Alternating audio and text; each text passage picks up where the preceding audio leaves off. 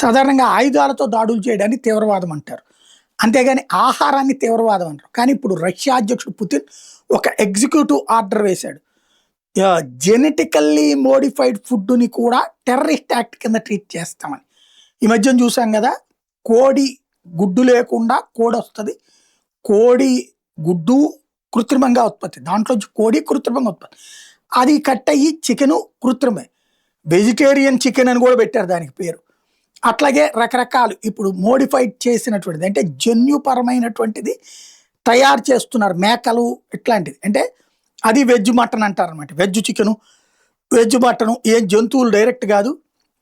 మేము సృష్టించిన కృత్రిమం కాబట్టి వెజిటేరియన్ వాళ్ళు కూడా తినొచ్చు అనే ఒక కొత్త కాన్సెప్ట్ ప్రపంచం అంతా తీసుకొస్తున్నారు. కానీ అవి ఆరోగ్యకరం కాదన్నటువంటిది రష్యా వాళ్ళ పరిశోధకులు తేల్చారు. దాంతో ఈ జెనెటికల్లీ మోడిఫైడ్ ఫుడ్ని నిషేధిస్తూ ఒక ఆర్డర్ వేశారు పుతిన్ నేరుగా.